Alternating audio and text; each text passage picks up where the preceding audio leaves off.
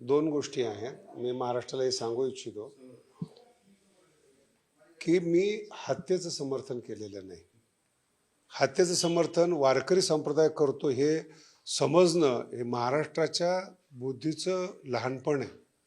भगवानगड हा आणि फिलॉसॉफर हा एखाद्या हत्येचं समर्थन करतो ही मी दुर्बुद्धी समजतो असा अर्थ काढणं. मुख्यमंत्र्यांनी सगळ्यांनी हे सांगितलेलं आहे की जो दोषी असेल त्याला नक्की फासावर चढवलं जाईल. त्यात माझा रोलच नाही, न्यायव्यवस्थेचा रोल आहे. आता दुसरा टप्पा असा आहे, हत्येचं समर्थन करत नाही हे मी पुन्हा सांगतो, दोषी लोकांना फाशी झाली पाहिजे. दुसरा मुद्दा असा आहे की मी लहानपणीपासून धनंजयला पाहिलेला आहे. तो नक्की कशाही पद्धतीनं तो खून करू शकत नाही. त्याचं मनोबल वाढवणं, त्याला पाठिंबा देणं हे माझं कर्तव्य आहे, धर्म आहे माझा.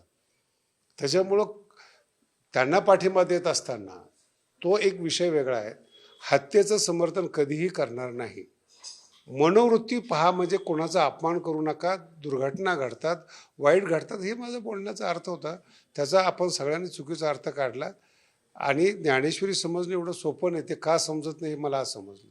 तुम्ही जे म्हणाले की आरोपींनी जी मारहाण केली त्यांची पण मानसिकता चेक करायला, माझा अर्थ तोच होता. आरोपी का मारहाण करून खुनापर्यंत जातो? माणसाने असं वागू नये की जेणेकरून आपल्याला ह्या स्तरापर्यंत येईल. महाभारतामध्ये एक चुकीचं वाक्य द्रौपदी बोलली, संपूर्ण भारताचा विनाश झाला एका वाक्याने. गुन्हेगारी, एक राजकुमार गुन्हेगार झाला. तेव्हा मला एक पब्लिकला कीर्तनकार असल्यामुळं लोकांना सांगणं की बुवा गुन्हेगारी वृत्ती तपासा, गुन्हेगारी होऊ नये, हा कीर्तनाच्या माध्यमातून आलेला संबंध होता. हत्येचा संबंध करणं, भगवानगड हत्येचं समर्थन करणं हे कोणत्या बुद्धीचे लक्षण आहेत? बरं, जरांगे असं म्हणाले की तुम्ही जर असं वक्तव्य केलं असं तर सुधारणा करतील असं मला सुधारणा नाही, माझा हेतूच नाही आहे. जगातला कोणताही माणूस जो वैष्णव शाकाहारी आहे, जो नॉनव्हेज खात नाही, तो हत्येचं कसं समर्थन करेल? तो हा अर्थ काढणं कोणत्या बुद्धीचं लक्षण आहे? डबल सांगतो तुम्हाला. बरं, अंजली दमानिया देखील म्हणाले की तुम्ही हे सगळं, तुम्हाला धनंजय मुंडेंची हिस्ट्री माहीत नसेल त्यामुळे ते तुम्हाला भेटायला येणार आहे कागदपत्र घेऊन. पुन्हा एकदा विषय सांगतो. अंजली दमानियाला न्याय विभाग न्याय देणार आहे, नामदेव शास्त्री न्याय देणार नाही.